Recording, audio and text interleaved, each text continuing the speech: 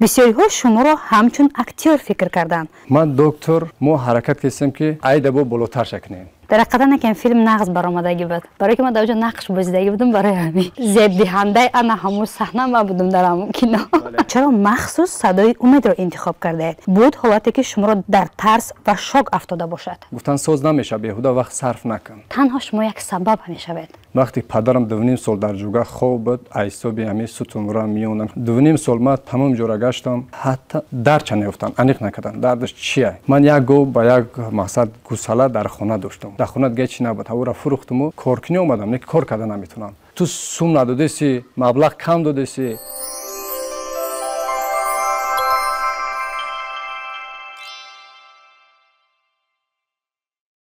سلام عرض میکنم به هر یک شما تماشابینان و مخلصان سامانه صدای امید. برنامه ستاره راه است با دکتر بختیار. شما را خوش آمدید میگویم به برنامه ستاره راه. رحمت تشکر. سلام علیکم مکلی مردمی که ما را تماشا داره مکلی مردمی که دستگیری میکنه صدای امید. من دکتر بختیار متخصص ستومورا کستاپراف منوالی. اکای بختیار فیلم معجزه با سرپرستی شما و با کارگردانی صدای امید برآمد. در آنجا شما نقش بازیدید. بسیاری ها شما را همچون اکتور فکر کردند. شما در این سخن ها چی گفتنی دارید؟ اپای فرانوز در این سخن ها چی گفتنیم؟ در این سخن ها که حقیقتی کارش من در اصل اکتور بلوگر نیستم. من دکتر همه تا کار خدمت در این فیلم نشان دادم. که ما هم خیلی متخصص هم خیلی کار میکنیم هر روز هم خیلی معجزه‌ها روبرو میخوریم. بله درست صدای امید ما مقصد صدای امید کارگردان ما بود. اکای بختیار شما باز در کدام فیلم سرپرست شدن میخواهید؟ بله فیلم های بسیار هستند ای طرف ما که هر روز این خیلی بیمارها میبیان باور که استورشون میگن که ما حرکت کردیم که با همه امید جان صدای امید حرکت کردیم که نقشه کشیدیم نیت داریم که با این فیلمی که ما معجزه برآوردیم ایده با بالاتر شکنیم. بله در حقیقت نکن فیلم نقص برآمدگی بود. میدونید برای چی؟ برای که من در اونجا نقش بازیدگی بودم برای همین. خب دوستان عزیز من یک چیز رو به شما توصیه دادنی هستم. از همین چیز من خودم استفاده بردم. این برای شخصانی که خونک گرفتگی دارند، پروستاتا دارند، حس پیشاب میکنند، برای دوامناکی همخوابگی، برای گمرای، حتی شخصانی که گمرایشون کهنه شدگی باشد. بسیار مفید است. باور کنید دوستان عزیز. حتی زنها میتوانند از همین چیز استفاده برند. برای میوما، کیستا، درد بچه‌دان، خونک گرفتگی یک دارویی هست که باور کنید به تعریف زیبی تعریف است. یک بار شما از همین خریداری کنید نتیجه شو ببینین بعداً در حق ما دعا میکنین. پیامبر اسلام درود بر او و آلش میفرماید حج عمره تا عمره دیگر کفارت گناهان میگردد و حج قبول گردیده پاداشش جز جنت دیگر چیزی نیست. شما آرزوی خانه خدا را دارید؟ شرکت زمزم شما را با راحتی کامل و نرخ‌های موافق به حج عمره میبرند. ویزا، چیپتا و مهمانخانه، راهبردی با تجربه، خدمترسانی با صفت، سفرهای انفرادی و گروهی. حال تماس گیرید و سفر مقدس خود را فرمایش دهید. سفرها از روسیه، تاجیکستان و ازبکستان. معلومات بیشتر را شما میتوانید از رقم‌هایی که در روی نوار است دسترس نمایید. اگر شما از نام دوستتان صدای امید مراجعت کردید حتما به شما تخفیف کرده و خدمت خوب میرسانم. بله یه چیز گرم میگم که شما ای همه رولی که ای همه وزبین تره شما بختگی نجا از اودش برآمدم یا نه؟ بله البته برآورده. برای پیام خبرم که انا همو ضد دهنده انا همو صحنه ما بودم در همون کینو. تشکر زیاد. سوال دیگر شوخی میکنم بگذار مردم بها جهان. سوال دیگر برای چه شما در فیلم ها سرپرستی کرده ایستاده اید و چرا مخصوص صدای امید را انتخاب کرده اید برای سینری و کارگردانی؟ برای که امید جون ما پیشتر میشناختیم بسیار انسان خوبه وقتی سخن میکنه اما مخلصش اوجه مهر میکنه. بله مهر میکنه. ما بسیار کامنتاراش میخوندم بسیار مخلصه مهربان داره که چقدر نسبتش مهربانی میکنه. بله ما این کس قبول کردم انتخاب کردم که مخلصای مهربان داره باوری داشتم که دستگیری میکنن. بله در حقیقت میگن که مخلص اگر زیاد نباشه مهم نیست، نه که مخلصی که قدرت میکند و باورت دارد مهم آن است، مخلصی که پیرویت کند و باورت داشته باشد و مهربان باشد در همین قدر کند هنر استعدادت را. سوال دیگر، شما هر روز با هر گونه بیماری‌ها روبرو میشوید، بود حالتی که شما را در ترس و شوک افتاده باشد؟ بله خیلی بیمارا هستند. هست که بیماری که میبیند مقصد یخی میگیریم که تمام جا را گشتگیان کسل همین ستومورا حالتی که پرلوم شدگی شکستگی این که راسیگا در اینجا میگیریم بیگونه نبود، بچه همک بود حالتی او را تمام جا بردنش توبت گفتن نمیشه، ناامیدش کردن. ما تکیه به خدا کردم، ای خدا طلب کردم و همون را توبت کردم. به خواست خدا همون آدم وابشه نه ششته میتونی نه خسته میتونیست.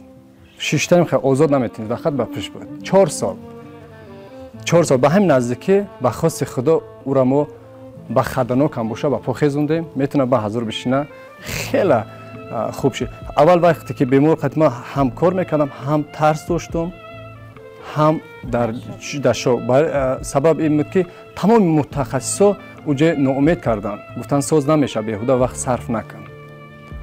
من نکه امید ما پروردگار ای خدا کنده نکردم، من به امید بدم. تشکر زیاد. میدونید که بختیار مهمش در چی است؟ ما همین همه اون بیمارها اولا به خداوند تکیه کردن و تنها شما یک سبب میشوید برای همون نفرانی که می آیند به شما امید میبندن. اول از خداوند امید میکنن و سببگار شما هستید که می توانید زندگی مردم را همون به دوباره به زندگی دلگرم سازید و امید دهید که زندگی کنند. سوال دیگر، اگر مخلصان صدای امید به نزد شما به طبابت بیایند، شما به آنها سکت که یعنی تخفیف میکنید؟ بله میکنیم. دست اومدگی را میکنیم. نام صدای امید مقصد برای چی ما نام صدای امید ما یاردم میرسونیم؟ برای که او مخلصای هستند که مهربانن دستگیری میکنند. از همه درد کلانترینه که از این راه گذشتید چی بود و چی درس گرفتید؟ در حیات راستیگه در حیات چیزی خدم گذشتگی، حیات خدم گذشتگی ما پیش مقصد این کار ما دیگه کارم بود. خیلی تجارت روسیه دا مسکو دا غربی دا حالت ما روپارا خوردیم در حیاتم سرگذشتم گذشتک. وقتی پدرم 2.5 سال در جوگه خواب بود، عیصابی همی ستون را میونم خیلی پر مشکلی داشت. 2.5 سال ما تمام جورا گشتم، حتی درچ نیفتن، انیق نکردن. دردش چیه؟ سببش چیه که مثلا دست پشت کار نمیکنه؟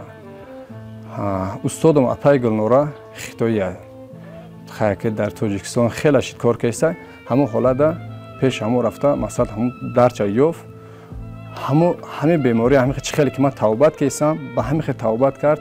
من همه کسدم مهر کردم که راه درست بده است که ما همه راه باید همین کارا بقپم.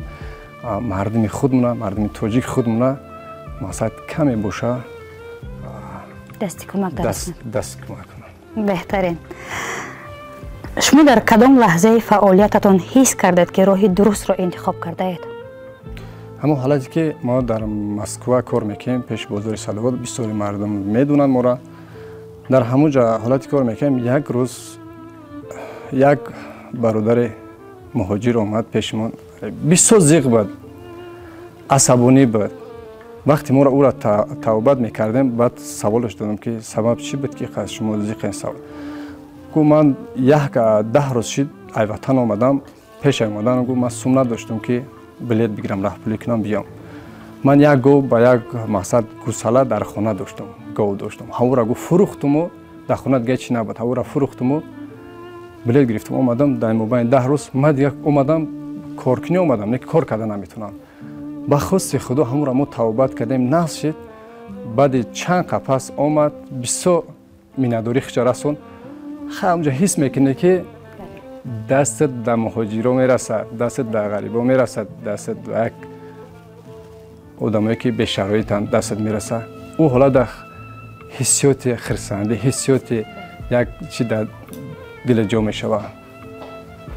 تشکر زیاد. بهترین چگونه باوری حاصل میکند که مندرجه شما به هیچ کس ضرر نمیرساند؟ انا فرانوس راستی گپ، شما نواری ما را دیده که قریب 500 از زیاد در شبکه خودم نوار دارم. ما خیلی شد دمی ساعت کار کرده سه. یکم درجه است که باید ای خودت باوری داشته باشی. ای خودت باوری داشته باشی، همین راه داره. همین راه در باوری داشته باشی، یکم چی نمیشه. اگر کم تا ترس داشته باشی، خطا گم میکنی. وقتی توبه دا گم میکنی، کانالای نروی تور موه و رای موه دا بوری گرفته گیه. اگر یک خطا کنی، شاید زلال رسونه. انا برای همو حرکت همه طرفه شدیدگیم، باوری کردگیم، ای خود کردگیم. که باید ما چه کانال را هوی کنیم، چه کانال ستومرا را ما هوی کنیم، کشوده کنیم که غذا را و بدن اون بیمار ده. بله درست. تشکر. اگر اودیتوری شما از رفتار شما ناامید شود، چگونه واکنش میکنید؟ خدا را شکر تا این وقت ناامید نشدیم. حرکت میکنیم که ناامید نشوند. بله. چطور با موضوعهای حساس کار میکنید تا حسیات مردم را احترام کنید؟ البته سخن خوب، طبیب باید اولش سخن خوب داشته باشه. طبیبی که سخن خوب نداشته باشه، بیمار یک جا شفا می‌یابه. وقتی بیمار میبیا، او خودش مانده شدگی، عصباش خراب شدگی. او منتاج یک سخن خوبه. وقتی پیش نزد بیا، با بگوی که انا تو ساز نمیشه، تو دیر کردی، تو سوم ندادیسی، مبلغ کم دادیسی. وقتی او بیمار ناامید شد، توبه نمیبیا. ما اول با سخن خوب ما او را توبه کنیم. بهترین میدونید، من یک سوال از خودم میخوام برای شما بدیم. میگن که طبیب و مانند شما دکتر، ما مردم انا همین امید داریم به شما، اولا به خداوند، بعد به شما، که ان همین زندگی ما، حیات ما در دست شما است برای توبه یافتن. بدونید که هر یک دردی که خداوند داد، سببگارش را طبیب میکنه که تا شفایش را بیابد. شما همچون دکتر به تمام بیماران، به تمام دیگر دکتران چی گفتنی ها دارید؟ چی فکر و عقیده دارید که پیشنهاد نماید؟ اگه راستی گفت، من چی گفتنم به دیگر طبیبان؟ اگه یکم خواهش ما که هیچ وقت بیمار را ناامید نکنه. 20 بیمارا نزد ما میبیان ناامید شدگیان. میگن ما فلان جا رفتیم، این توبت کردیم، ما سیاد نشدیم. مثلا میگن که شما بیماری شما شفا نمیبیا، یا که بیماریشونه بیماری که مثلا کسایی که وزبین دارن سر داروش گام میزنن که شما هم خیلی بیمارین، شما خیلی. من خواهش میکنم که هیچ نگن این کارا، نکنن. بیمار وقتی که همین سخن کم تا سخت رفت، او بیمارش زیاد میشه چند برابر. ما بیمار باید سخن خوب قطعی طبابتش کنیم. اگر ای دست نمیبیا، ما میگیم که طبیب شما در فلان جا، فلان طبیب در مراجعت کنین، یا عصبشناس، نیوروخیرورگ، نیوروپاتولوگ، مثلا یه در مراجعت کنین. ای دست نمیبیا، هم خیلی پیشنهاد کنن و سخن بد نگن در بیمار. 20 بیمارا که میبیان، همش اعصاب عصبه، همش اعصاب عصبه. او منتاج یک سخن خوب است که سخن خوب زن مثلا نظم میشه، بگو تمام اون نظم میشه، نظم میشه بگو تمام. اگر بگو که نظم نمیشه، او بیمار چند مرتبه بیماریش زیاد میشه، دردش زیاد میشه. تشکر زیاد. بهترین فکر و عقیده پیشنهاد کردید، بهترین صحبت بود. پیش از خیر خوش کردن اکای بختیار، من میخواهم که امروز روز شما است، شما را تبریک کرده باشم. خدا کند که در این جدایی که انتخاب کردین بازم موفقیت را به دست بیارید. عمر دراز و سلامتی بردوام را برای شما خواهان هستم. رحمت. تشکر. در آخر گفتنم که ای امید جان چیزی را میدونسته که چند روز شد همین نواره باید اینترویو سر میکردن. این چیزی را که درد کرد، فهمید که ما سفریز شود چخیله در روزی و 2 روزی ما وردک پیش فرانوز دفعه که من سوال بار نکنه. خیلی با همتون عذر زیاد بله سوالای شما اما سوالی که فراناز داد جواب داده نتونسته باشم اونجا خطاگی باشه احمدتون بخشش زیاد میپرسم که ما در اصل نه اکتیورم نه بلاگر که مثلا در اینجا خدمت اداره کنم. در آخر گفتنم که یک چیز فراموش نکنیم فراناز، ما دو توچکه که جای کارخانه شدگیم با شاگردای خوب متخصص خوب تیار کردگیم در شهر وحدت بیمارخانه شفقت، در شهر دوشنبه مدد اکبر. میتونه که نمره که در این نوره مراجعت کنن، انشالله ما در خدمت مردم تاجیکیم. این بود یک صحبت خاطرمان با دکتر بختیار. تا برنامه های دیگر خیر.